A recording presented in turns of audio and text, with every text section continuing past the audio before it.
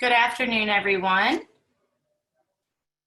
I'm going to give it a few minutes for everyone to join us and make sure that the participants are coming in. You will see our wonderful sponsorship and support for the program on my screen right now. And I can see everyone coming in, so welcome and good afternoon.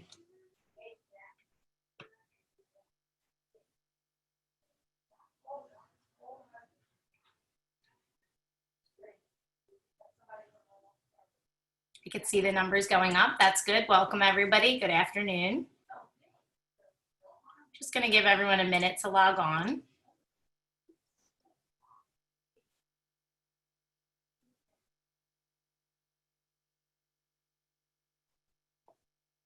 Okay, we are at 12:01, so I'm going to stop sharing my screen and I'm going to thank everyone for being here this afternoon and for tuning in to our live virtual lunch and share event with the Society of Professional Women. I'm Nicole Stevenson, the director of the SBW program at the Mainline Chamber of Commerce. We have a very engaging and informative presentation put together for you today. And before I begin, I'd like to take a minute to thank everyone for taking the time out of their day today to be here. In a time of such uncertainty and disruption, this program would not be possible without the continued support of the members of our community and most of all our sponsors. Your involvement keeps SBW and the Chamber strong. So please allow me to share my screen now and thank all of the sponsors that continue to support our mission to accelerate the advancement, expand the influence of women leaders of all professions and generations, strengthen our business community, and support the region's nonprofit organizations.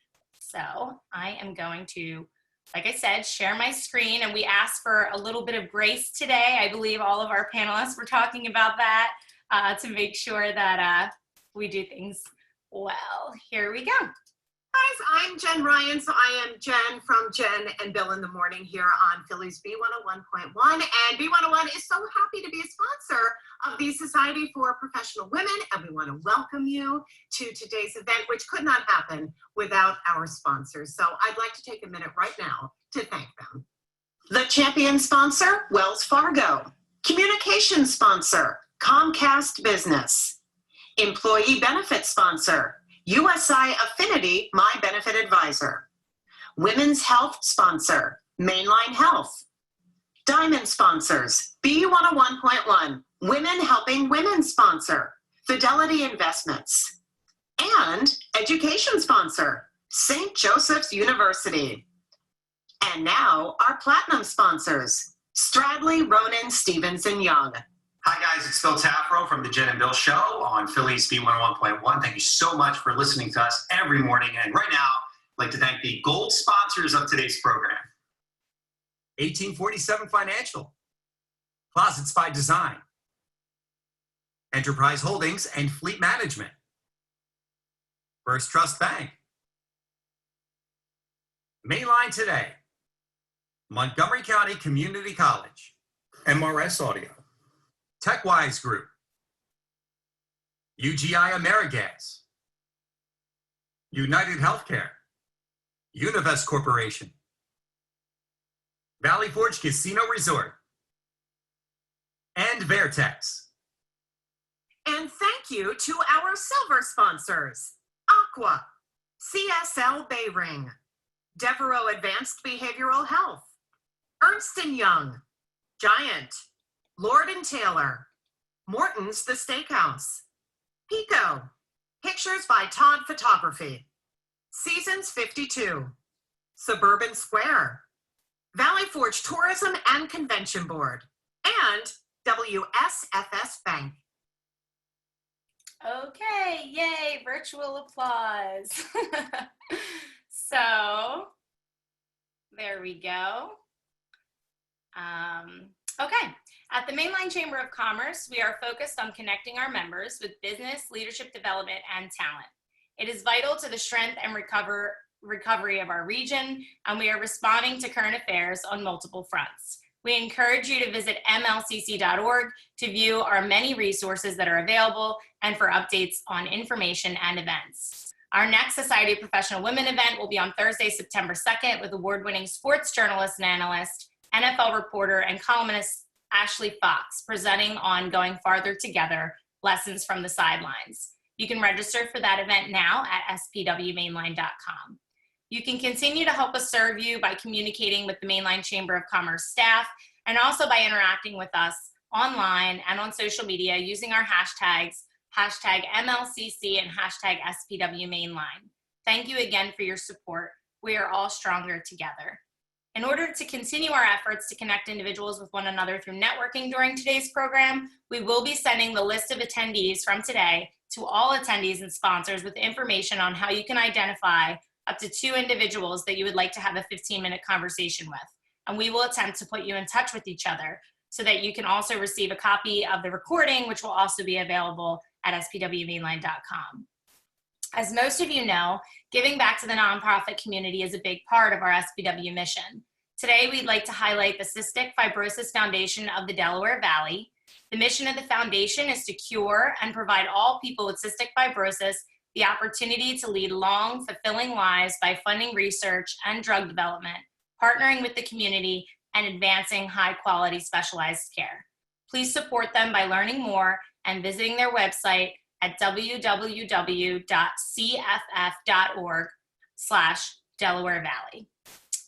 Before introducing today's esteemed guests, I'd like to review a few of the housekeeping items. There is a chat box and a Q&A function at the bottom of your screens. Please remember to submit your questions in the Q&A function as to not be lost in the chat function during the program, and it will make it easier to get to them. Both speakers today will answer questions for about 10 to 15 minutes at the very end of the program.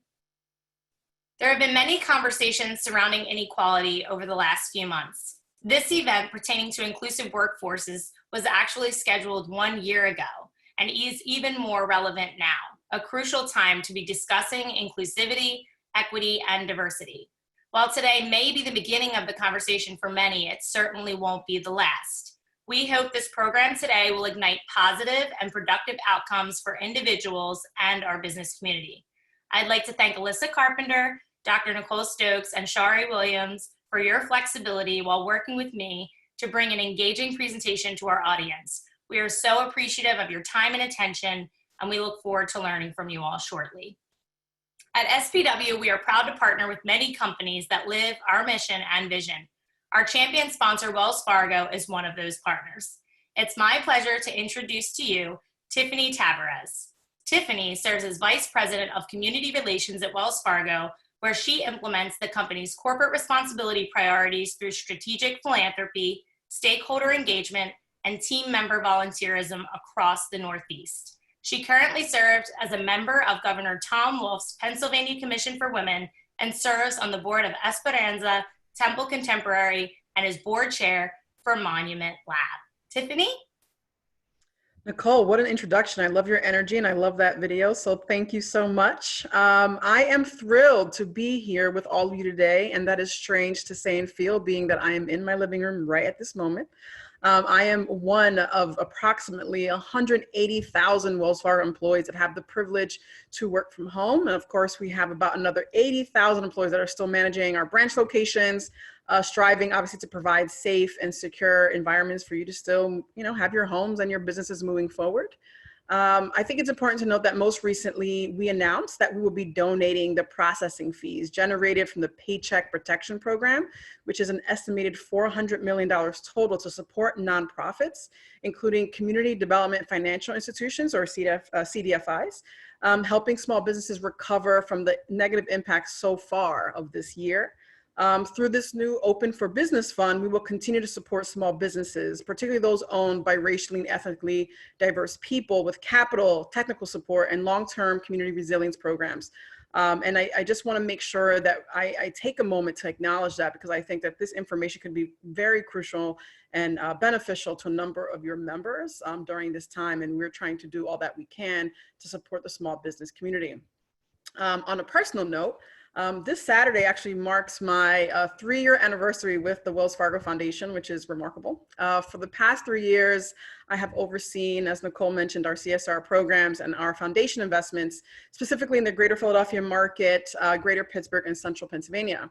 So essentially what this means is that when it comes of issues to housing, quality access to healthcare, education, job opportunity, and food security. There are a number of organizations that have been working to alleviate those challenges in our community way before COVID came crashing into our lives. Unfortunately, this health issue and this pandemic has simply exacerbated a number of issues that have already been taking place with inequality specifically at that center. And when you get to know, like myself, the individuals that lead these remarkable institutions, you get to see the quality and character of a diverse array of leaders who have extraordinary commitments to extraordinary people who need their support. One of those organizations, of course, is the Mainline Chamber of Commerce, along with the Society of Professional Women. Many people are unaware that this year, actually, it was the first time in about a decade that women overtook men as the majority of the US workforce. According to the Department of Labor, especially now with our current COVID-19 crisis, women are finding themselves the majority of essential workers that are losing jobs at an actually higher rate than men.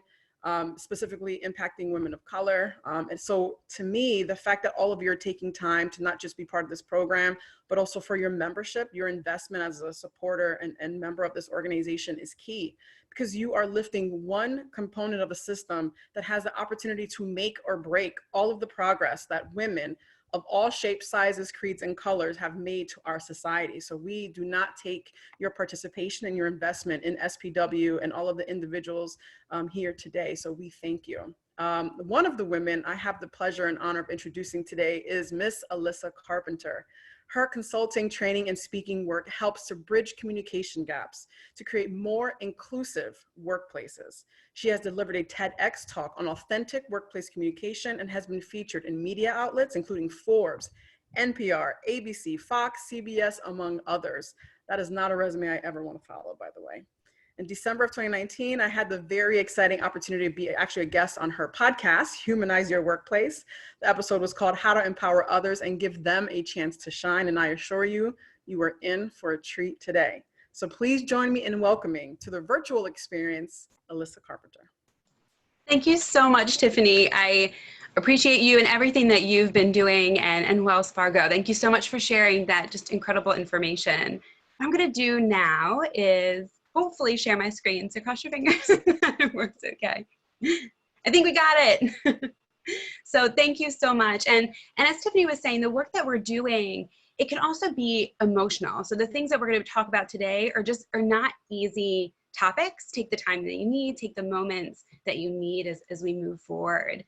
So I want you to think about, and this is actually an installation, I believe at UNC, about equity and equality, but I want you to just take a moment and think about a time where you weren't included. Whether it's not being brought into a meeting, maybe somebody didn't invite you to an office function, maybe you thought you'd be part of a committee. What did that feel like? What did that look like for you? And I know from just personal experience, when it happens, it feels awful. It feels like I'm not valued, I'm not heard, and questioning why I'm hired or being brought in the first place to the organization. And I'm not alone in this thinking, because only 30% of employees actually think that their opinions count at work. That means 70% of workforces, of people, don't think that their opinions count at work. And this is for a variety of reasons that we're going to share today, and we're going to walk through our conversations. But just knowing people leave, people become disengaged, they become actively disengaged, meaning they're just not paying attention. They're bringing other people in that not paying attention with them. Productivity decreases. There's so many downsides to not bringing people in. I wanted to talk a little bit about diversity, inclusion, and belonging to set that stage for our conversation to come. And this is how I view it. And I'm really excited to see how Shari, Dr. Nicole Stokes also sees it. So to me, diversity is the who. Who is in the room? A lot of the times you'll see at the beginning of the year statistics that certain organizations have 50% female, 23% Black employees, but that doesn't mean anything unless they're included. We can bring all the diversity, but if people don't feel valued, people don't feel heard, they're potentially leaving. So inclusion is bringing those people to the table, giving them a voice, giving them the opportunity to shine and sharing their difference of opinion. And then belonging is taking it one step further. And it's that internal feeling, I belong here. I feel valued. I feel heard. And that sweet spot in the organization is beyond diversity. Yes, we have to bring in diverse people, but we need to start including them, and we need for them to feel like they belong. There are 3 types of diversity, and I get this question really all the time in terms of what is diversity? What does it look like? And I wanted to share this with you to kind of set the stage, because sometimes we think about diversity just in this demographic sense. So these are our inherent characteristics, things like our race, our gender, our ethnicity, our sexual orientation, our identity, and our faith. But there's so much more than just our demographic diversity. Experiential are things like our life experiences. Where did we grow up? What languages do we speak? What affinities do we have? What are things that have happened in our life that shaped who we are? And then that 3rd type of diversity is where neurodiversity falls. And it's how we think and how we solve problems and how we might think differently. And diversity of thought is in that space. So all of these things, and I talk a little bit about this in my book as well, because we're not just one-dimensional. We're made up of so many different parts and so many different dimensions of who we are. And it can be even more confusing to start having conversations and including people. Just because you're Black, you could be Black and trans, right? There's so many different components to us, and it's essential to start thinking about that and how that shapes who people are and the true inherent value and positive things that they bring to the workforce. It can be frustrating, right? We were talking about this, and even just, conversations earlier. It is stressful. It stresses me out in terms of I'm somebody who inherently is an includer and wants to bring other people and have people share their voice, but how do we do that? How do we share that? How do we communicate?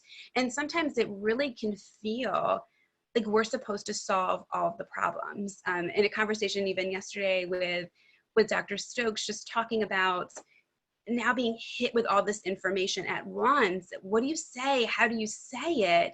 It can just feel extremely overwhelming. Or should I know this? And how do I phrase this conversation? We're not asking you to solve all of the problems. I want to put that very clearly. Today, we're talking about some tangible things that you can do to start making a difference, to start thinking differently about diversity, inclusion, and belonging. The weight is not on your specific shoulders or on your organization's shoulders. So what can you do? What can you as an individual or being part of an organization do right now to think differently about diversity, to think a little bit more about inclusion? The first is to do research. There's so much information out there, whether it's podcasts or articles and books, and think about where you're getting these sources from. And sometimes we just pull that first book. Is it by a diverse author? Do they have a different perspective? And when we're talking, I've seen a lot of people recently, let's have a book club or an article club or whatever the case may be, which can be great. But not everybody wants to read a book, and not everybody wants to read an article. So diversifying the type of content and how people can listen to it. And I talk a lot about different generations, and generationally, people listen and consume content and people learn differently. Some people may be commuting to work and then they can listen to podcasts while others are at home, or whatever the case may be. So there's a lot of research out there to start. I also think you can sit and think about the current policies that you have. Oftentimes we defer to future policies. What can we create to show that we're more diverse, that inclusion is really important to us? But sometimes our current policies are holding us back. Thinking about how people can have their hair featured, or can they have a head covering, or what they can wear.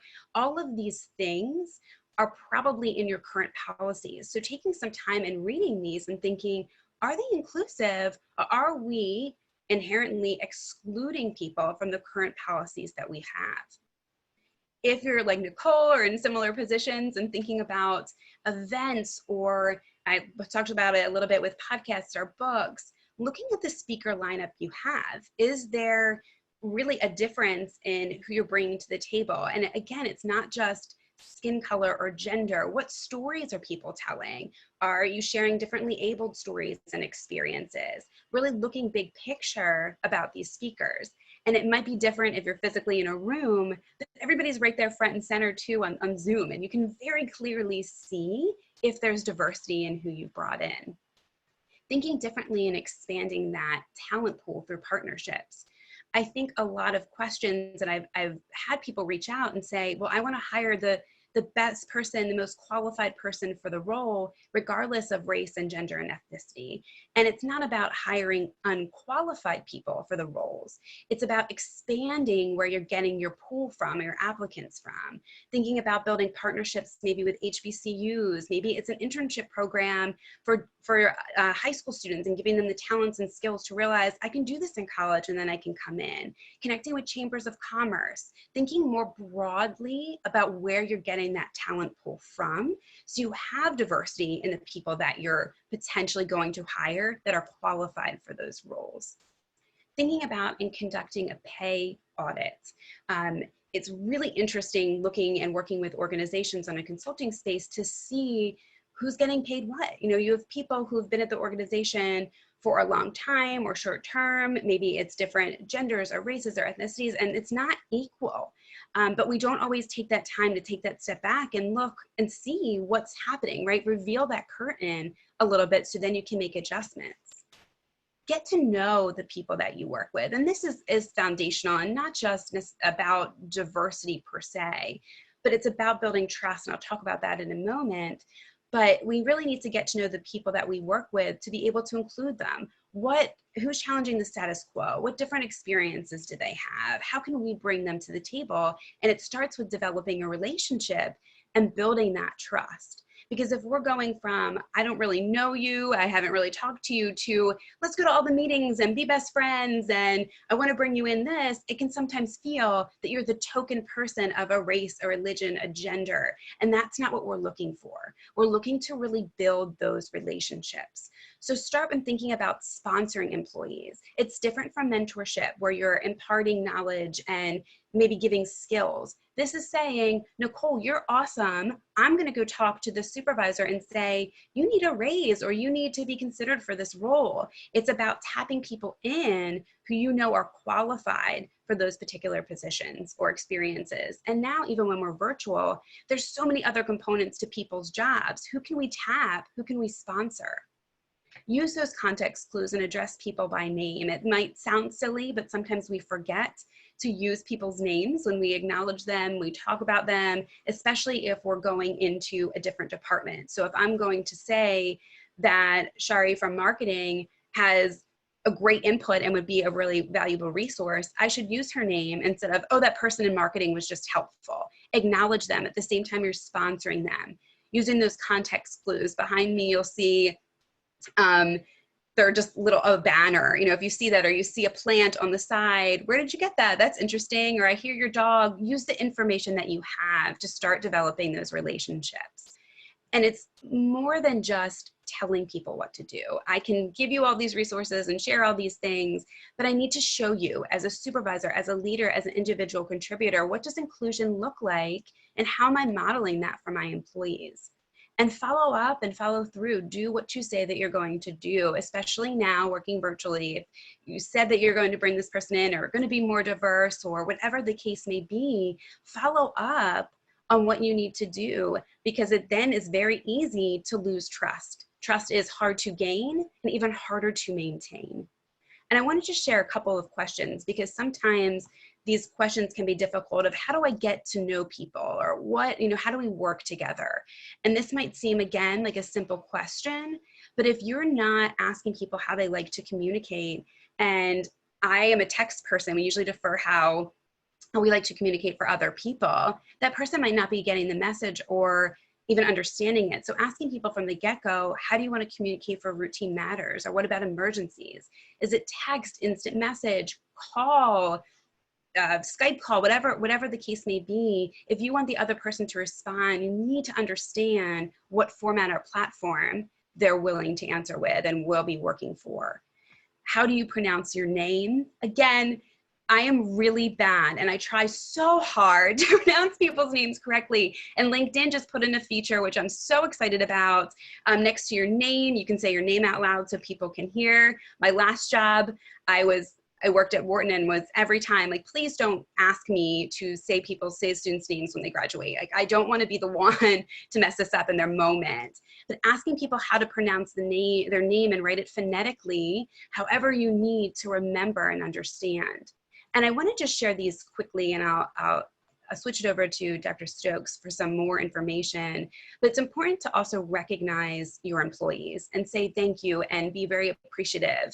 It's one thing to include them and give them a voice, but thanking people for even doing their jobs or going above and beyond. And it's scary, right? It's really scary to challenge a status quo. It's scary to have a different opinion from someone else. It's scary to put yourself out there. So recognizing employees, whether that's a virtual card, and I use Paperless Post a lot, it's free. It's actually a card that you can sort of virtually open. Nobody mails cards anymore. It's a huge thing to get something in the mail. I love getting cards, right? It's easy. Giving meeting shout outs to people of, you know, thank you so much for doing this. Charlie, you did an amazing job. We really appreciate it. Expensing a meal even now, you know, maybe it's a family meal. Maybe it is a lunch for someone. They pick and choose. Host those office hours, ask me anything sessions, giving an opportunity so people know I can be in contact with you at any time. I don't feel excluded. I know you're busy, but I know from Monday from 10 to 11 that you're going to be here and answer my questions. And taking the time to sponsor an employee for a promotion or raise. And even thinking deeper, if you're not sure how somebody wants to be thanked or appreciated, just ask, how do you like to seek praise? And then you're not only saying thank you, you're saying it in a way that they can appreciate it. So I will take this over to Dr. Stokes, the website, and I'll send it to Nicole as well. There's a webpage with more resources. So I will stop sharing my screen and I will defer to Dr. Stokes, who's going to share some incredible insights. And before you bring her in, Alyssa, thank you so much. I just want to make sure that we provide a proper introduction for her. So to continue and add value to today's program, I am honored to bring into the conversation Associate Provost for Diversity, Equity, and Inclusion at St. Joseph's University, Dr. Nicole Stokes. Nicole brings 25 years of academic and administrative experience and deep expertise in diversity, equity, and inclusion, DEI research. In the DEI field, she is a leader in first-generation and diverse learning initiatives, equal employment, international education, and women's leadership. With a lifelong career in higher education, her background combines research, scholarship, and authorship with a personal and professional commitment to promoting equity. Please welcome Ms. Nicole, and I will ask you to unmute. There you are. Thank you so much for that lovely introduction. And thank you so much, Alyssa, for sharing wonderful information. I was jotting notes the entire time with things that I could do actively in my practice. So thank you. Thank you. Thank you. I'm going to share my screen. And again, a little grace on that one. Hopefully everyone can now see. Fabulous. I was very intentional with this topic because one of the things in DEI work that I'm always challenged with and asked about is how can I take my values, my attitudes, my beliefs, and make them real, move to a place of action. So I really wanted to focus in on action, and it's a perfect segue from a lot of the information that Alyssa shared with you. And I really put this action in two categories. What can businesses do right now, right here? What can individuals do? And I think, again, from the individual conversation I was sharing on our prep call yesterday, that I've had so many friends reach out to me and say, you know, I'm not leading a movement. I am not, you know, the leader of Black Lives Matter or any other organizations. And how can I do things? But I'm a caring person. I'm a person who wants equity. I'm a person who wants change. How do I do this in my everyday life? And so I wanted to give some of those very practical things. So I am going to move quickly. I know this slideshow will be available to you all. And like Alyssa, I also share, there's a wealth of resources on our website, which I'll share with you later if you want to do more, know more. But I always start with businesses with saying you can have a policy of no racism, we don't tolerate this at our company. And I put in an example of, you know, certainly one company's is a link to one company's practice, but there are many policies out there that one can model. but it's setting the tone for your organization and for your business to say, this is a place that everyone is welcome, and we have a certain level of tolerance for, or a lack of tolerance rather, for behaviors we consider to be inappropriate, both in the workplace, but also after 5, in terms of your lived experience as well. This was said by Alyssa as well, and I agree. Commit to pay equity. Beginning with any organization where I have served as a chief diversity officer, we commit to a pay equity audit to take a look and see who has been in the company for a long period of time. Have we adjusted that income to today's income in terms of how positions are compensated?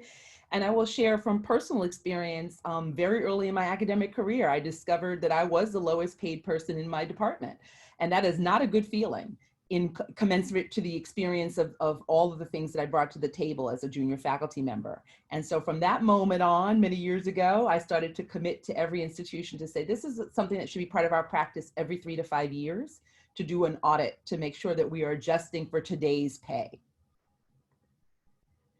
This was said too by Alyssa, so I'm giving this, you know, the applause there in my emojis of giving employees voice, and it's every employee. One of the university presidents who still to this day is a friend and mentor, what I loved about him was he knew every single person's name on that campus, even the person who was the custodian, the person who at the guard booth. Every day we would see him in Walmart and he would say, "Hey, Tim." He made a point, because one of the things he shared in his address, one of the commencement ceremonies, was he worked his way through college as a custodian. And he said, I never felt so invisible in my life, that people every day walked past me and I cleaned their office, I cleaned the floors, and they didn't know who I was. So I always said in my faculty career, as I became, you know, a dean, a provost, later a university president, I was going to make a commitment to know every single person's name in that organization. No one's invisible. And they have access to me at any point. He used to do coffee with the prez all over campus, and every person took advantage of that. That is a practice that I've modeled, and a practice that I challenge others to model in their organization. Get to know people. It gives them agency and voice. I said before about the zero tolerance, but I would also broaden that out more around other bad behaviors in the workplace, in terms of cyberbullying, bullying in person, harassment.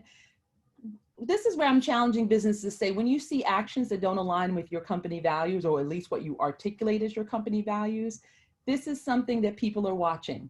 And if they see exceptions being made for some people in the organization to behave badly, you quickly lose that trust that Alyssa was talking about in her presentation. And it's so hard to regain that. You also lose momentum. If you're a company that has made gains on DEI, and then you observe some people getting a pass from the behaviors that you have articulated are part of your organizational mission and vision, you quickly lose that momentum. People will feel as if that your values are words with no actions aligned to them. Any company that invests in lobbying, and we all know that lobbying is part of our political process, it's how we get certain agendas in front of our legislative audiences, either at the city level, in the case of Philadelphia, or at the state level, Commonwealth level, or even federally. If your business engages in lobbying in any way, shape, or form, a very clear way that you can commit some resources is to commit 50% of your lobbying expenditures to bills that advance equity across the board. Again, I loved what Tiffany said in the opening. The PA Commission on Women is a fabulous organization that does a lot of work at the state level. That is an area, not plugging any one particular, but that is an example of where in the Commonwealth of Pennsylvania, if your business has a commitment to these equity issues, put some lobbying dollars behind it. And that's something, again, every business can do immediately. This is on an individual level. Now I want to shift to the, again, I can't lead a movement. I don't have a million followers on Twitter. Okay, neither do I. But you can do this on a human level. Get to know people of color and really get to know them. This is not a pass for I have 2 Black people at my desk who I see them every day, or there's a Hispanic lady down the corner. No, getting to know someone is you get to know them as a human, as a person. One of the joys of my personal story is that I'm passionate about study abroad, and I have traveled. Travel is truly my drug. And what I love about traveling is the idea to immerse myself for a period of time in someone else's everyday. And I enter that space respectfully, and I enter that space with the true questioning of I want to know and I want to experience. I also come into that space humbly to know what I don't know. So accepting other people's truths. Part of a relationship and getting to know people of color is also accepting their truth. So if something has happened to them and you didn't see it that way because you don't share that identity, that's okay, but don't invalidate that other person's experience. You have to accept that that is their worldview, that is their lived experience, and that is unique to each of us. But being open to that, this is where I think people get nervous about, what do I say? What do I do? I'm falling all over myself to try to say the right things. You know what? We have space for apology and for making mistakes when we have rapport. So I don't say, and I've been doing diversity work and that lovely introduction from Nicole for 25 years, I still say the wrong things in some places. And I have had friends gently correct me to say, these are not the pronouns I like. These are not the way in which I like this group. And we have to be humble as people, but to do that, there has to be trust. So get out of your comfort zone and start meeting some people, really meeting them and meeting them where they are. This is an easy one, and I love that Alyssa gave you some different examples of how this could take form, but joining a diversity committee, and if there isn't one in your company, form one. Even if you are a majority identity, so what? It could be the interest could just be, hey, I never knew anything about X, and this is a time we have a coffee hour at this company, or we have a meet and greet. Let's use our meet and greet to everybody bring something to the table that they want to learn more about. And somebody leads that conversation or that discussion each time. It's not that you're becoming a race expert. You're not going to be a DEI facilitator at the end of it, but it's creating some space for people to ask the embarrassing questions and to start to question some structural things around them. So if you start to, some of the things that Alyssa talked about in her presentation, you know, if you notice there are certain policies that are on the books that are not intentional. I'll give a very quick example from my university setting. We had a conversation about why are our student leaders not diverse? And we found out that we had a requirement that students live on campus for a period of time. Well, most of our diverse students are commuters. So that's a structural impediment to achieving something that we wanted to do. And I was like, that's, you know, we get that for certain positions, like an RA, one wants to live on campus, but there are other student positions that don't necessarily need that experience. So let's reassess. Are we putting blockers in place to achieve the things that we ultimately want to achieve? That's something that a diversity committee could start talking about. Hey, why don't our, you know, we don't have representation in the marketing department. What's that about? That's a place and space where some of those conversations can happen. This is a biggie. Talk to your kids and your family about race. It drives me a little bit nuts when folks say, I don't see color. I'm like, well, if your eyes are working, you see it, right? The issue is what do you do with it? So we need to begin these conversations early and often. And this, again, I challenge our majority members in this group to start having these conversations at the dinner table, whatever your dinner table looks like. It could be children, it could be your partner, it could be your intergenerational conversations. Use Thanksgiving's already dysfunctional enough. Have a conversation about race. This is a good place to start to talk about these things and demystify them. And then that feeling of being uncomfortable, it's just like interviewing. You know, if you interview a lot, you become very expert at it. But if you only look for a job every 10 years, yeah, you're going to be fumbling because it's not an experience that you're used to having. So it's the same thing with these kinds of conversations. Early, often, it builds the skill to be able to engage. This is a biggie. I have been doing diversity work for 25 years. I still check myself on my own biases, my own stereotypes about beliefs and everything that you've heard, you know, the disparaging jokes, whatever those things are. It is what we bring to the table in all of our interactions, and we all have it. The difference is when you're aware of a behavior or a bias, when you're aware of a bias that you have, you can regulate behavior. So if I have attitudes about a certain category of people and I become aware of it, once I'm conscious of it, I can make active steps to say that my behavior doesn't reflect that bias. But if I'm blindly moving through the world and don't challenge myself or do a check-in, then I'm acting in ways that I'm not even conscious of. And this is where you get into microaggressions and other things that happen in the workplace that are solely based oftentimes on people operating on autopilot and not doing a check down of their own biases, belief systems, and biases that we bring to the table. I loved that Alyssa made the distinction between mentoring and sponsoring. I think mentoring is the first step, which is, as you pointed out, this is where you work with someone to develop either a skill set or a particular practice that you would like to emulate, or someone who's in a position that you would like to occupy at a future date. That's mentoring. And I do think that mentoring someone who is different from yourself, there's a lot of research on confirmation and attribution bias, where it says that we seek out people like ourselves in the workplace, and that's usually who we choose to mentor. So I would push and challenge the people on this call to mentor someone who has, at least visibly, has not had your lived experience, and really push yourself to reach out to that person. I also feel it's a two-way relationship. So I also do training with mentees on how to be a good mentee, in the sense that, again, it's a relationship. And when I talk to students, undergraduate students, I say to them, don't just ask for that student letter of recommendation and grab the letter and never to be seen again. Email the person you asked and tell them the outcome. Oh, by the way, I didn't get into that job or that graduate school, but thank you so much for writing that letter. It's cultivating a relationship.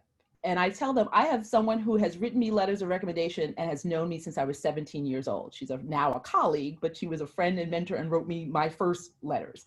We keep up. We're not that we're best friends 24/7, but I send a couple times a year. Hi, just checking in. Just wanted to let you know what's new in my life, and I hope everything's doing well. You're keeping safe. That is a great way to just 2 minutes of your time, and it shows that you're genuinely committed to the relationship. Sponsoring, though, as Alyssa aptly pointed out, is different. This is how people talk about you when you're not in the room. This is sponsoring someone is to say all the points that Alyssa made. You know, Linda has been at the company a long time. Linda has great managerial skills. She has managed these 4 or 5 projects. Have you ever thought about Linda for this AVP position that's coming open? That's sponsorship. They speak to you as a person, and they've spoken to your accomplishments and your tenure with the company, or for that next professional opportunity that may be outside of the company. This is my last point, and this is I'm going to challenge the majority members on this call. Microaggressions and inequities, this is the place where you can leverage privilege in a way to speak up early, often, and publicly. So again, a little bit of my background, I have often been the only or one of a few in most of my academic career in higher education. And I would have well-meaning colleagues who come up to me after the faculty meeting and say, oh man, what Josh did was terrible. I feel awful. And I said, well, if you felt so awful, why didn't you say it in the meeting? I push back a little bit to say these hallway conversations, while on an individual level, they're wonderful. But if you want to affect change in a culture and in faculty culture, I will speak about my people for a minute, we do a lot of hazing behavior. So a lot of our bad behavior could be done and really, change our academic culture in those faculty meetings, in the places where you see someone behaving badly, call them out on it. And this is also some of the, kind of common microaggressions that, again, if we're not conscious of our own biases, we say these things indirectly. May I touch your hair? I have curly hair. And I tell folks, I am not a pet at the zoo. Don't touch me. Thank you, but I don't want you to do that. Even the thought of doing that is a microaggression. People, again, are well-meaning, but these are some things that we can correct on. And when I see other people do it, I say, please, don't pet the pregnant lady. She's not a statue. Please, it's her body. Don't assault her at the workplace. Now, I do it with humor, and people usually kind of back off. But these are things where you can, again, be an ally to someone else and speak up in ways, you're pretty in an exotic way. What does that mean? Things like that. And I highlight a few of these here. I'm sure you can think of others that maybe you have personally experienced or you have observed others delivering. But I challenge you to speak up early, often, and again, publicly. I'll close with this website, which we'll make available to you on our diversity, equity, and inclusion work at St. Joseph's University. One of the things that is our signature of this work is that we want our students, our staff, our faculty, and our alumni to have experiences in growing their skills and cultural competence. So our work is framed around skill development. And with our undergraduates, it's really once they leave our institution, we want them to be prepared to join your organizations, diverse organizations that want students that have the habits of mind and the aptitude to be able to function on teams that are diverse. And that is the skill we're developing across every major at our institution. With our faculty, our staff, and our alumni, we challenge them the same. Our students are changing and who we serve is changing. So our skills have to change with them. So I thank you so much for this time. I just want to, again, make sure I am right on point. Thank you, everyone. And this has been a pleasure serving on this panel with this esteemed group. Thank you.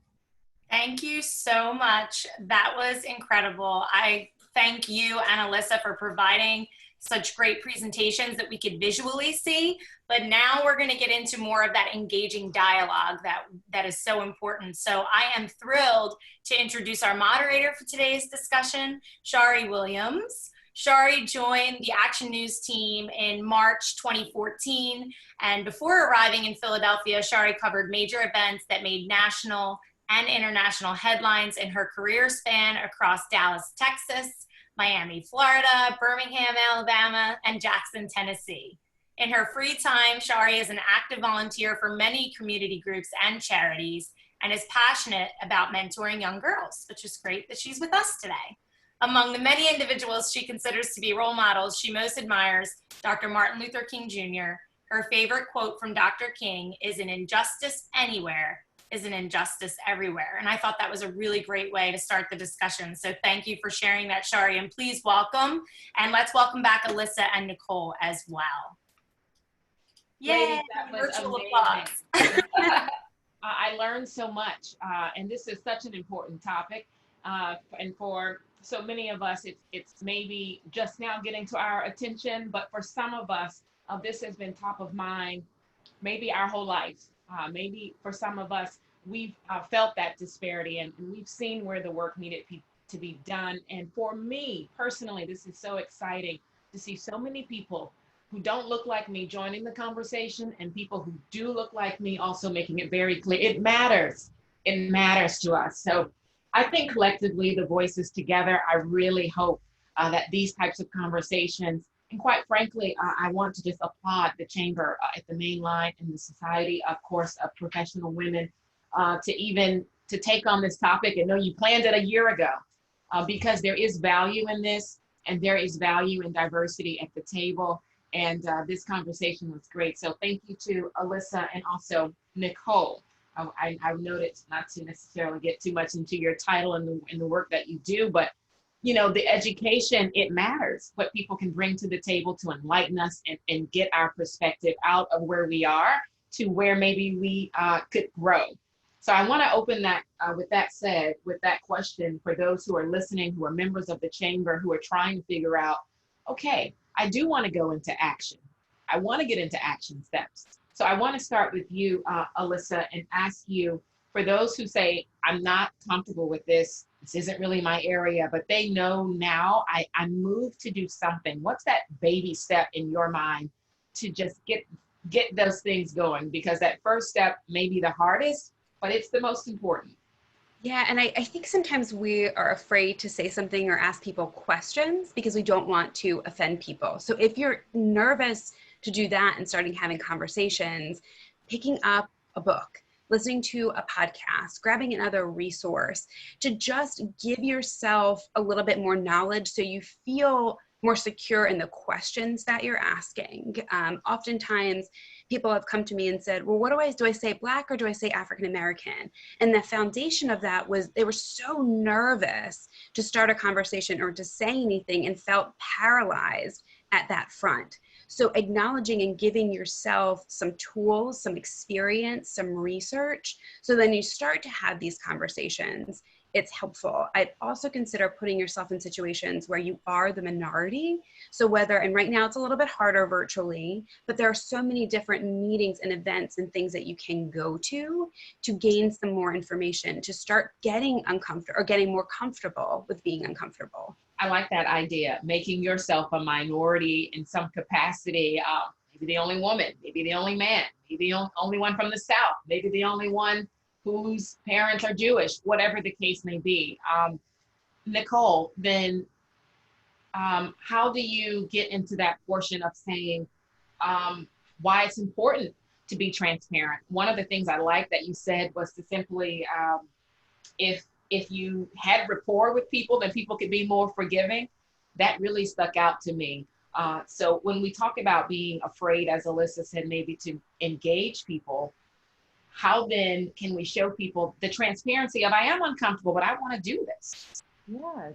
I loved what Alyssa said, was making yourself vulnerable to be in spaces where you're not the majority. I'll just share from my personal experience. I've lived 2 times abroad, and both times in places that were very racially homogeneous. So in Denmark and in Germany. And in both places, I was the other constantly. But what it did teach me, and one of the things I loved about it, is I connected with people from the continent of Africa quite a bit, because they were excited just to see another, brown or black face. And I say to others, the majority population, these moments of going to neighborhoods or parts of our city where you normally don't shop, it can be scary, but we have so many beautiful neighborhoods here in Philadelphia. I shop sometimes in Port Richmond, which is a largely Polish community. On Cotman Avenue in the city, there's a Russian community and strong Ukrainian community. I challenge us to start to just push yourself in maybe little ways. Mm-hmm. Try neighborhoods that you hadn't thought of before and look up. We have so many resources at our fingertips of what are some great things of different neighborhoods throughout the city. Start where you're comfortable. At work, it might be going up to your colleague and saying, the colleague that you're just curious about, and say, you and I have served on boards together, or we've been in meetings together for the last 6 months, a year, whatever the number is, and I know nothing about you. Would you like to have lunch one day and just chat? That is so low stakes. We all have to eat lunch. That's one way to think about it. And so I hope I answered the question, but I think, these kind of ways of that's how you build rapport. And rapport is where you're going to get comfortable with making the mistakes. Then if I don't use the right pronoun, if I don't use the right, are you Black or African American or Jamaican American or whatever, I have more forgiveness, because guess what? You try to get to know Nicole, the human, first, before we started to have those conversations about our labels. This has been your work, Nicole, for a couple of decades, I believe I heard you say, at minimum. So then why is it important for people who are listening and they say, they already feel some engagement because they're on this call, right?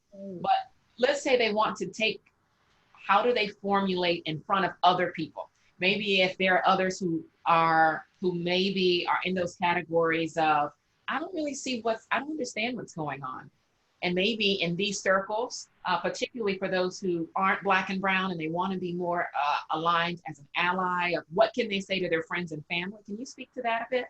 Absolutely. I say, if I can't speak to your heart or your sense of moral code, I will speak to your economic sense. When we look at the Commonwealth of Pennsylvania, we have 86% of businesses identify as global businesses. So even if you never leave the Commonwealth of Pennsylvania, if you want to work in a company that's not your own as a sole proprietor, the company expectation, at least on paper, is that you are able to be comfortable with people who are diverse and different from yourself in order to perform your work function within this global company. So I love to use our PA Department of Labor statistics to that audience and say, it is in your economic interests to start to grow your skills in cultural competence, to grow your skills and comfort level around people who are of different. I love the 3 categories of diversity because they're spot on. It's that they're different in thought, neurodiversity. They could be different in their experiential experience as a lived human on this planet. And they also can be different from you in terms of your demographics, your racial, ethnic, citizen identity, all of those things. And so I think it's important because it's in all of our interests. When we look at population, when we look at issues like COVID-19 and all the things, this is a global issue.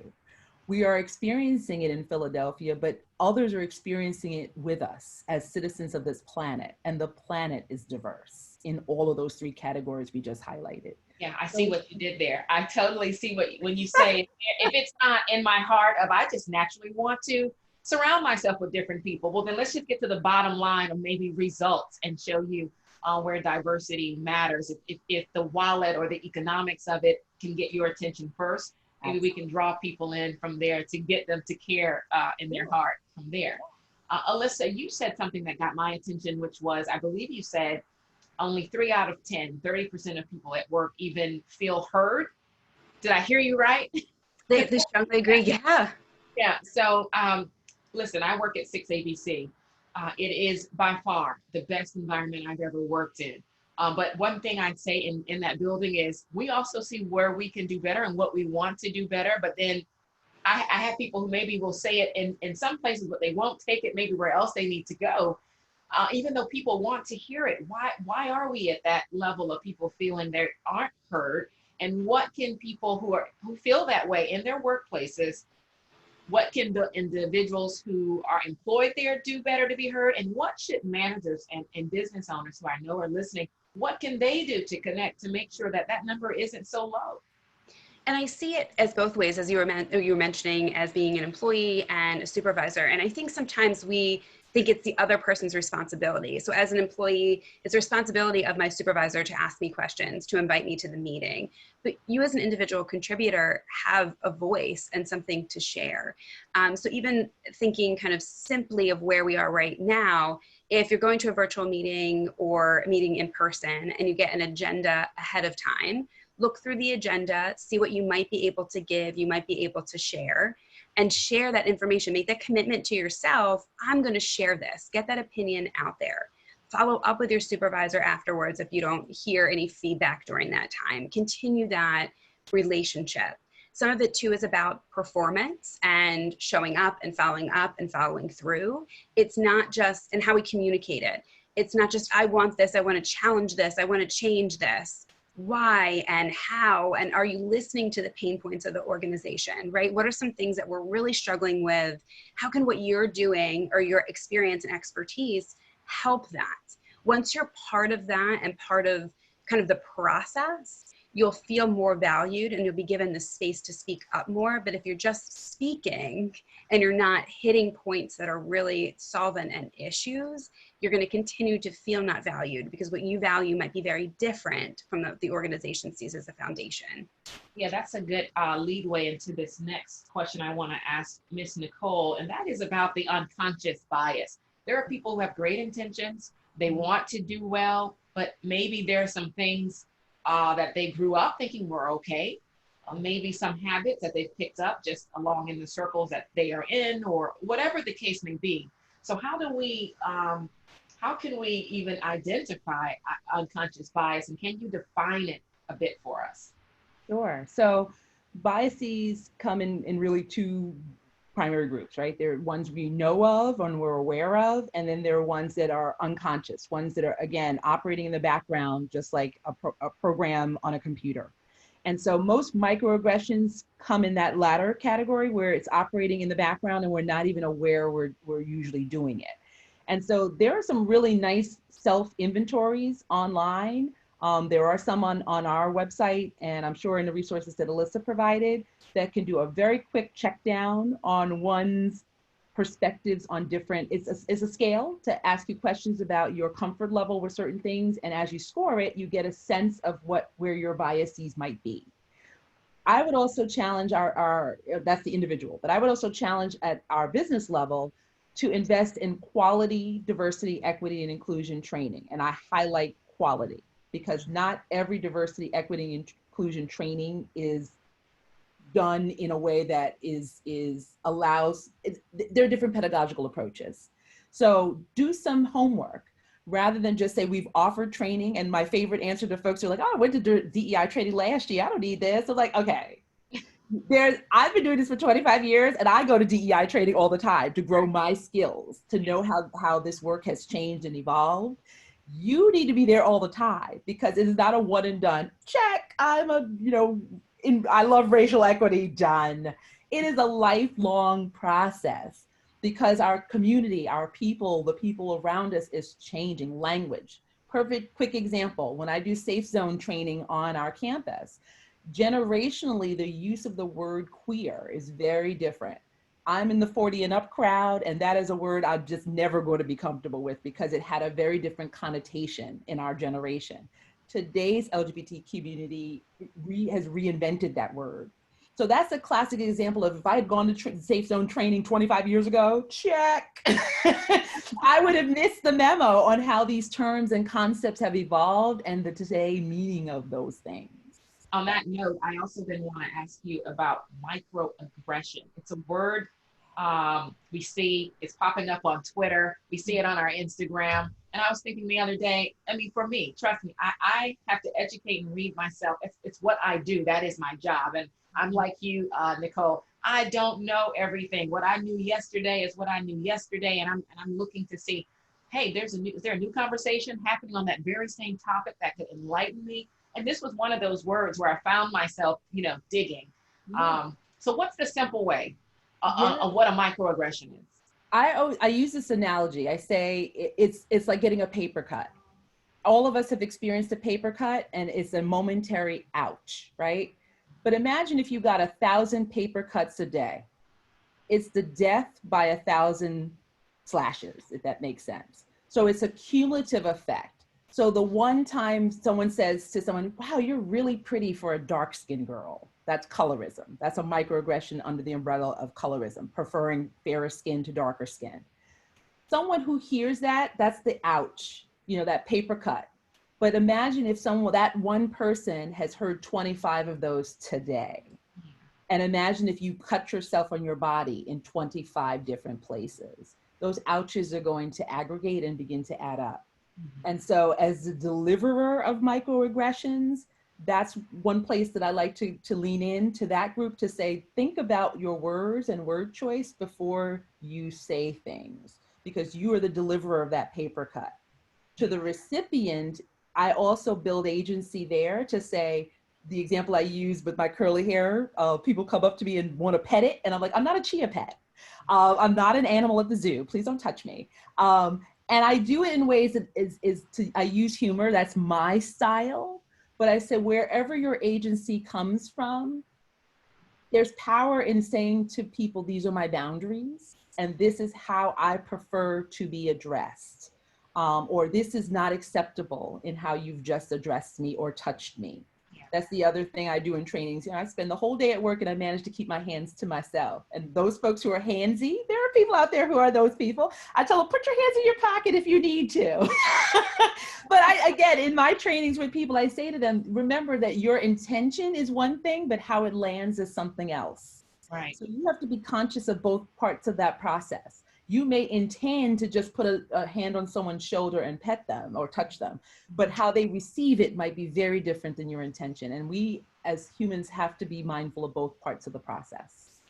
Well said, and which makes me also remember connecting this, Alyssa, earlier you made it clear in your remarks that, quite frankly, these are heavy topics and they can be emotional. Boy, this thing runs deep for myself, from my own personal experience. A girl who grew up in the South, the daughter of an educator and a civil rights leader. Boy, I've been marching and seeing my father push for equity and fairness since I was a kid. And so can you talk a little about, Alyssa, that it's okay, right? It is okay that it is heavy, the bag is weighty, but as long as we understand people feel heard, but I think we do have to just make it clear that it is a heavy topic and it can be very personal for all people trying to figure it out and those who feel like they've been the ones hurt a long time or left out or not included. How do we make that just identify and give ourselves space and relaxation to know it is an emotional topic.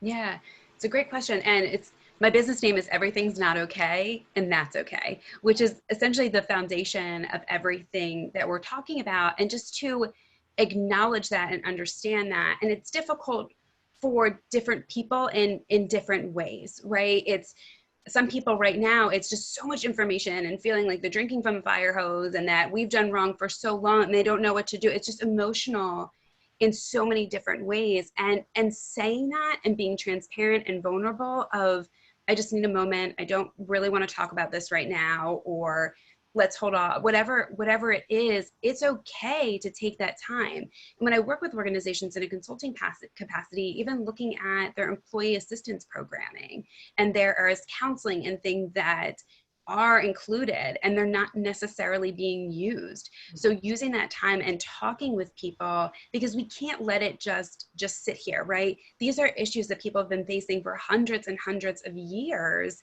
And it's all now just coming, to a head. So starting to have the conversations about it and recognizing and realizing it's okay to take that moment and stop having those conversations, to take care of yourself, to keep moving forward. This is, again, like Nicole was saying, this is not, it is a movement, but there's pieces to that movement and taking that steady and progress. So it continues and it stays.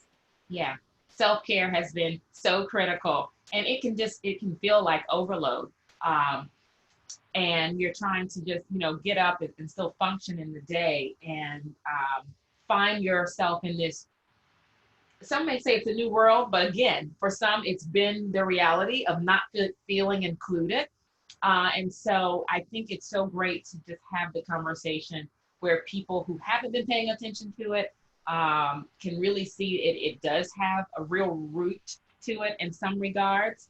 But I think the exciting part about that is we are calling it out and then looking to how we can get into action. So what happens if someone says something, Alyssa, or acts in a way that offends a person?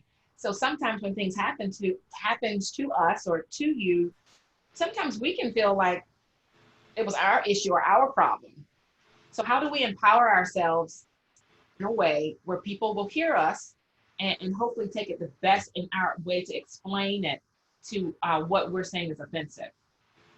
It's a really tricky situation, especially it's vulnerable. It's having these crucial conversations. It's having these vulnerable conversations. And sometimes it's not right away. Sometimes you need that moment to regroup and just say, okay, what is my train of thought? What do I want to say? How do I want to say it? And it might sound juvenile, but a lot of it is about I statements. I feel this way. This is the way, this is how I feel. This is how I thought about it. And if you're on the other end of the conversation, it's important to use that instead of if. I'm sorry if you felt that way. I'm sorry if this offended you. There's no question that the intent of your message was not the impact that was received. It's being open to those conversations. And they're not really always a group discussion. So if you're called out in a meeting or a group setting, taking that person aside and having that one-on-one conversation, finding that neutral space.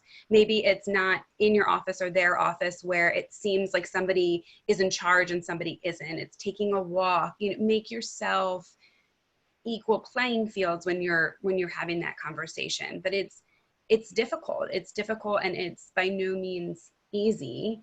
Especially if you haven't done it before. So writing it down, even oftentimes I do role plays. So when Nicole was talking about trainings, it's one thing to keep talking, but it's another to actually do something. So practice with somebody who you're comfortable with having these initial conversations.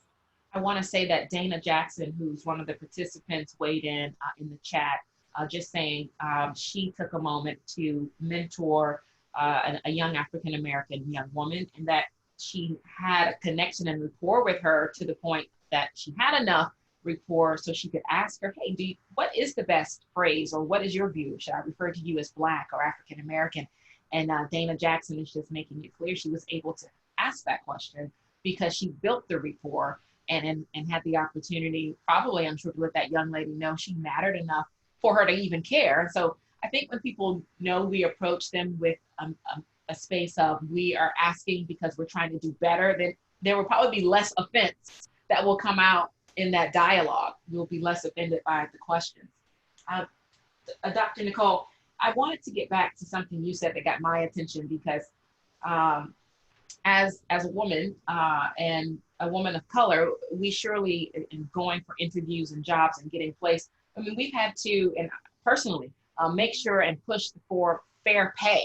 Yes. And still wants to make sure I'm in those categories. I don't care how high or wherever I go, I'll still have that feeling. Or am I being paid like my male counterparts or people of other race, even though we may have some same qualifications or better, quite frankly.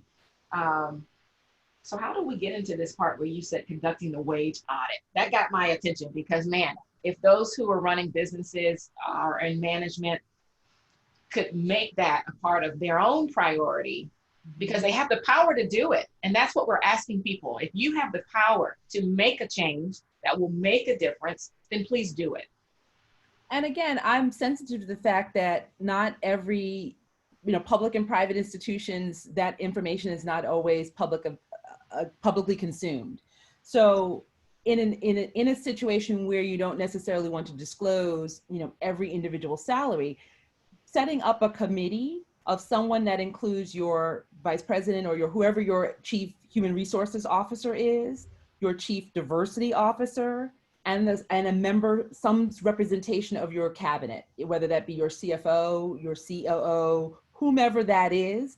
But even if it's a committee of 3 who have access to all of the information, and when I say all of the information, I mean the tenure, the prior experience, and again, a sense of a profile of who is working for you and how are they being compensated.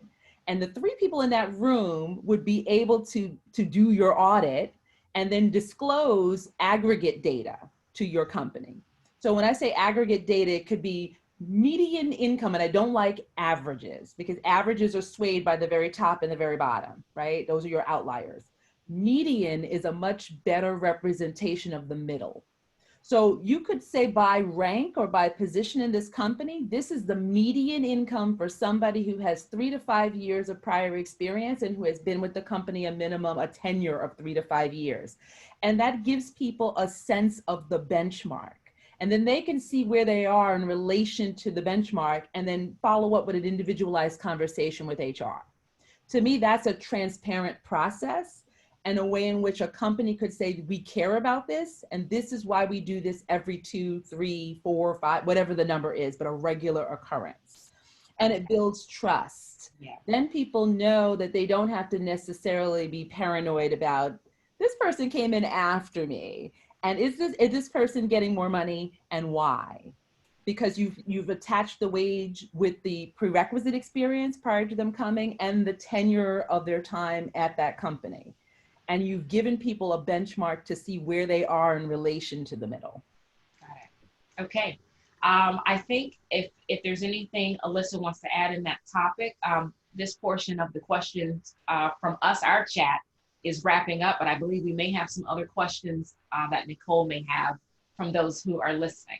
Is there anything else, Alyssa, you wanted to add before I hand it back to Nicole? No, I think I don't want to take the time from answering the questions. I appreciate you deferring to me, but I'm excited to see what the questions are. Well, thanks for letting me lead this portion of our dialogue. I intend to be in touch with all of you. Trust me, when we get off this call, this is great. Thank you so much. Thank you. Virtual applause again. Thank you, Alyssa. Thank you, Nicole. Thank you, Shari, for your participation in today's program. Obviously, we value all of your knowledge and individual expertise. So we are going to open the floor for questions today. I'm going to ask the attendees to please raise your hands. There's a little button at the bottom where you should be able to click raise your hand. And if you do that, I'll actually be able to allow you to talk to the panelists directly. So I will actually ask you to unmute and you can speak on the call. You won't have video, so if you're still in your PJs, you're okay. You're okay. And if you'd like to ask a question anonymously, then please submit it into that Q&A box at the bottom that we chatted about. So I'm going to scroll through to see if anyone has raised their hand yet. And then, of course, in the question box might take some time for folks to jump in. But yeah, that was amazing. I'm really appreciative of all of you for having this conversation. It's been important to me personally for a long time. So good.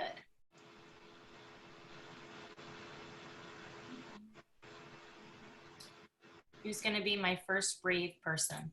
I know we have additional questions that we had proposed that we could answer in this time frame that we may not have gotten to. So let's see here. What can I pull up? You know, we talked a lot about doing things in person, and obviously over the past decade, remote work was already increasing at over 115%, according to Virgin Pulse and Future Workplace, thanks to Alyssa sharing that stat in her book. With COVID-19, I can't imagine what those stats are now. I mean, obviously, we're all virtual right now. What are some of the challenges, do you think, that are faced in remote work, and how can you decrease or eliminate them? Do you have something to say about that, Alyssa? There are a lot of challenges. I think that what was difficult about now, and even thinking about that this is more of still crisis work from home versus a regular what a work from home would look like. Now with companies I've been working with, it's encouraging them and working with them to take that step back and create policies and plans and procedures just in general. So maybe we will not have another crisis, but do you have the bandwidth on your VPN system for people to get online? Do you have the technology that people need? How are you communicating? Setting clear expectations to me is huge. And when working with clients of, what are my office hours? Am I supposed to be working from 9 to 5, or can I just work whenever? What is the best way? Am I supposed to be tied to my phone and you're going to call me at all times, or can I, leave during certain times? Are you going to email? Getting clear expectations, especially too with what assignments are people responsible for, and who do they report to, and how do they have those conversations? There's so many things virtually that just get slipped under the rug. People might be finished, but they're not reporting back to other people. So consider using really project management software, whether it's Trello or Asana. Keep track of where things are in the process, keep track of what priorities are, and don't stop communicating. And in my opinion, there's no over communication in this, virtual space. Keeping people up to date as much as possible right now is crucial, and especially as things are changing. I know there's a couple questions in the chat, but I would just briefly add in, DEI plays into the virtual space as well, in terms of, I loved what Alyssa said earlier about looking at your current policies. Just in talking, I'm managing my team remotely and all of these pieces, and asking them when is a good time for us to touch base, and as Alyssa said, setting an expectation that we might need to touch base more often than usual. And having those be at times that are flexible for the team, but also being respectful of people's homes and backgrounds. Someone had shared with me a practice that they're not permitted to turn their video off during meetings. And I think that's something I see the faces on the panel. Yes, that was something that was communicated from their manager, because the manager's intention was, I want to make sure people are paying attention or are present in the meeting. But the unintentional piece of that is, you don't know what people's home situations are, and maybe they're turning off the screen so that the other people are not visually distracted by the things that are happening. They don't want to be disruptive in the meeting. So, again, this is back to that intention versus how something lands. Okay, awesome. So we do have some questions coming in right now. How can someone who is not a company leader raise these issues within their company? I don't know who wants to field that. I'm in a unique position because I honestly spent 2 weeks in a corporate setting. I've been in higher ed for most of my adult life. But I would say, even in that time period, I think everyone has some degree of agency. You may not be the decision maker. You may not be the person who has the ultimate say on a policy, but I do think that people lead in very different ways, and there are visible and nonverbal ways to lead. And so, the face that everybody made when I shared about turning your screen off, right? Immediately I got a sense of the room in terms of people's thoughts on that. That's a nonverbal way of articulating a position. I invite people of every position to use whatever agency is at their disposal to say, I care about this company. I like working here. I value it. And I have to say, sometimes we live up to our lived experience or what we say, and sometimes we don't. And from my seat, this is what I see.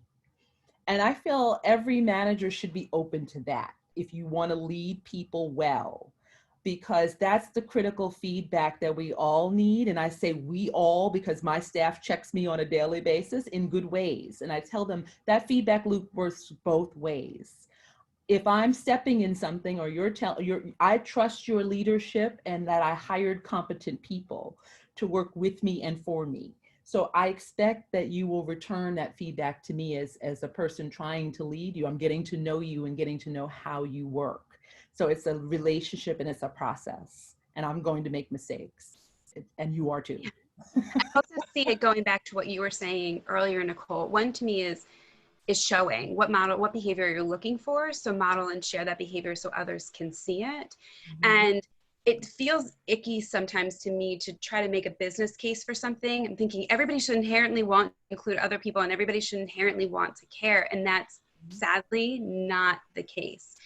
So really thinking about how people within your organization need to be influenced by becoming more diverse and more inclusive. What customer markets can you get into? How much more money? There's so much data out there in terms of productivity and profitability because workforces are more diverse and because they're more inclusive.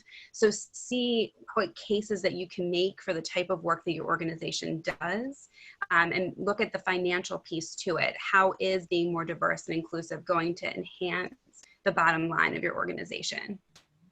And Alyssa, since you work a lot with corporations, what about the role at the top? So this is the opposite of what we just talked about, that anyone can have a voice. What about the role at the top? How are senior company leaders responding to the conversation about racism at this time? Do you have advice? Is something missing? And obviously everyone could bring something to the table. And perhaps, Shari, you might even be seeing these stories in the media itself with examples like Dr. Stokes shared about which companies are making those mistakes publicly. So maybe all three of you want to have some insight on that.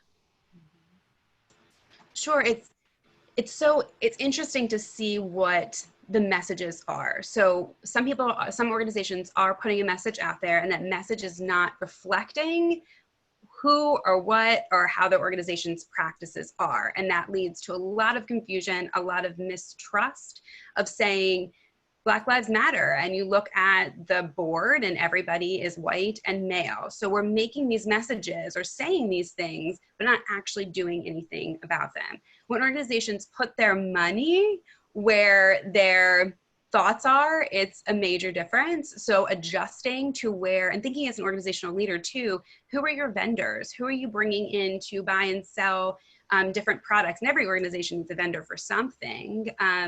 Who are you making the commitments to? So Goldman Sachs said, we are not going to make any company public unless they have at least one diverse board member. So making and standing by that.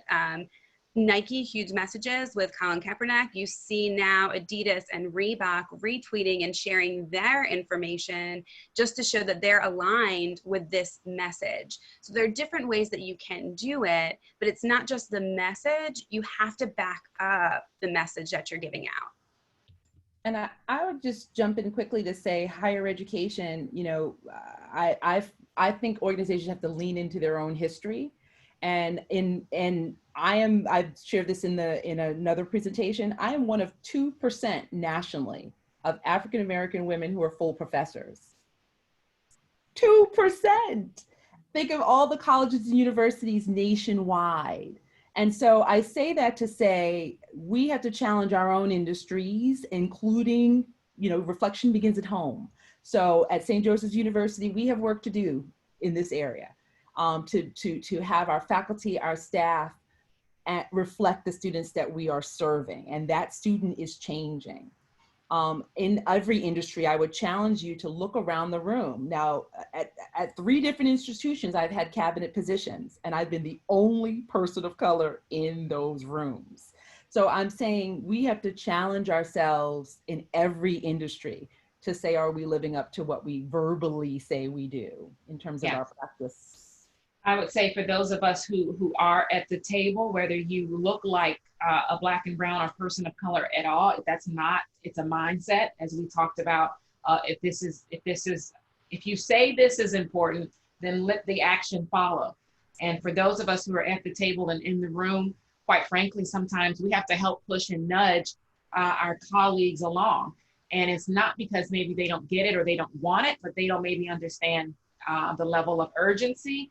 And quite frankly, for those who have had to wait so long, that it really is time's up on us trying to continue to say, we've got more time, or let's do this slow. And the conversation sometimes I feel for myself that I have in my workplace is it's not that it's a difficult conversation, but it's because it's necessary, then I don't shy away from them. And I've expressed that to my management. I will say to them, I don't really want to have to come for some of these things, but because it's necessary, it gives me the empowerment to know, hey, this is just a truthful thing we need to discuss. And I'm in a place where our workforce of what we do is reflected in our community. And I know those efforts have been thoughtfully made well before I came, because others have pushed before me. And so I think all of us have to continue to push where we can in a respectful way, because we can't turn people off. We have to get people to understand why this dynamic is important, and that's how you get that person's ear.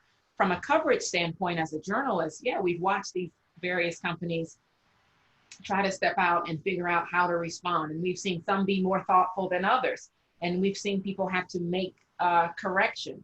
And some of the ones we watch have to make corrections because they didn't really talk to anybody or consult anyone in the first place. It's like they did it again.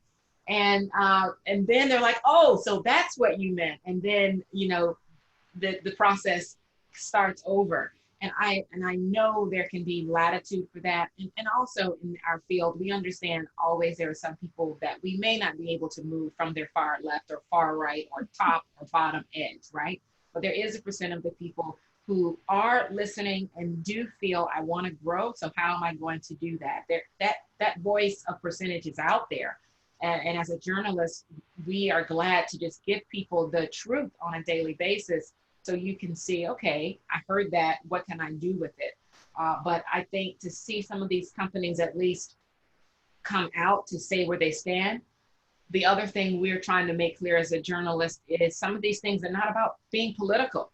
If you don't think just doing the right thing is the right thing and has nothing to do with blue and red, then some of these things are just about right and wrong and where can we move forward.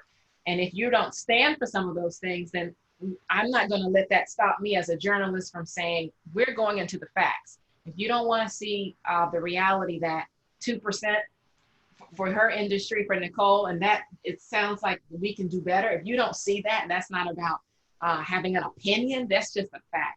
So I've really tried to stand on that with what I'm doing as a journalist, of trying to just show people, give people the history, then show where we are. And if you think that we're fine, then some of that's just really not about anything other than that's how you feel or an opinion. Some of it is just factual information on where we need to improve and step up.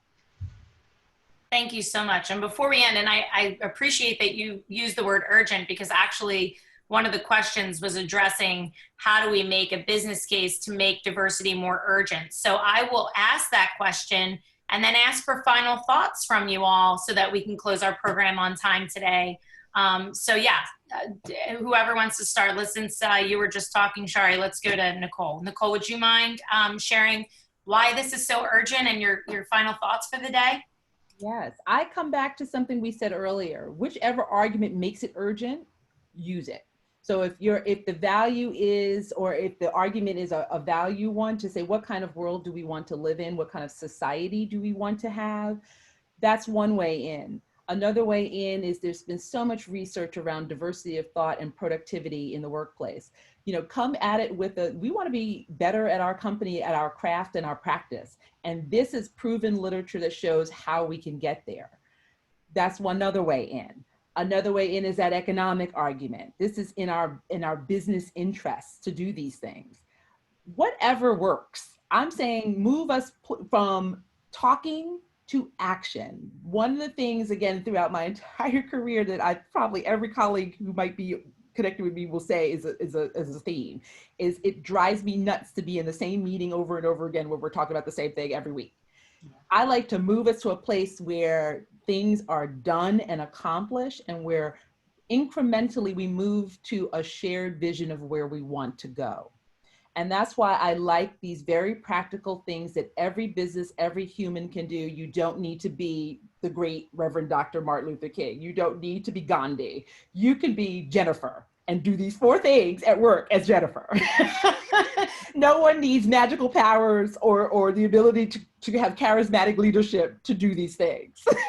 You don't need to put magical charms on your CV to do this. And I'll share it from an ally perspective, because I think sometimes people look at me and they'll question, you know, why do you care? Why? And it's one unfortunate thing to hear, but as an ally, it's not just about talking. Listen, what do people who you're trying to be an ally for want? What are they looking for? What are some things that you can do and change and have questions? Listen before making these decisions that you think will help other people, but that's not really what they're looking for. And I know I have made that mistake before, trying to come from a good place and be an ally and really advocate for someone else, but they were looking for something different. And as Shari was saying, if you have a seat at that table, use it. Use your voice to help and uplift other people and sponsor other people. And that's where your allyship comes in. So just because you don't identify with a particular race, gender, ethnicity, what have you, you can be a very strong ally. It may be an imperfect ally, but it's very important to really step up. Yeah, and I'll lastly say that absolutely, as Alyssa says, the listening component is a very big part of it. The next thing I'll say is then how to empower the others.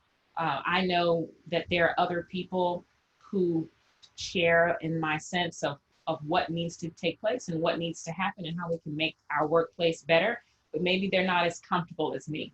Maybe they don't feel their leverage or their status is the same, or can they really go from their desk all the way upstairs to really talk to the lead person in the building, because they are in the building.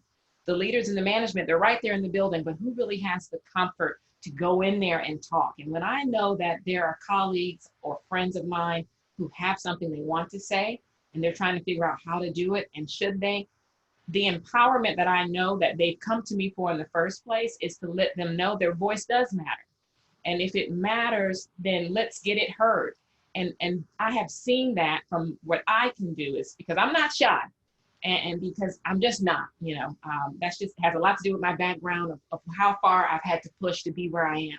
So I don't have time to be quiet, and I make that known, but I use that to really help empower the others around me who I know want to speak up, to just remind them that it does matter. You don't need to be 3 out of 10. Let's get our voices up. That's going to be your new quote somewhere. I don't have time to be quiet. That's going to be a quote somewhere. I can see it now. So thank you so much. We are always try to end on time, and we are right on it. So thank you all so much. I want to thank you, Alyssa, Nicole, and Shari. And of course, thank you to Tiffany earlier for being with us. We will be sending the recording of today's event along with the attendee list for introductions. So please remember to check your emails. We encourage you to sign up for our next SPW event on September 2nd with Ashley Fox at spwmainline.com. You can also view and sign up for any of our other chamber events or materials at mlcc.org. And as always, please let me know if there's anything that I or the Mainline Chamber of staff can do to help you and or your business. We don't take any of your support for granted, and we want you all to succeed. So I'm going to say have a wonderful rest of your day to everyone, and I'm going to share our sponsor slide one more time to thank everyone for their support of our program. Thank you so much. I really appreciate it. Have a wonderful day, everyone. Great. Take care, everyone. Bye-bye.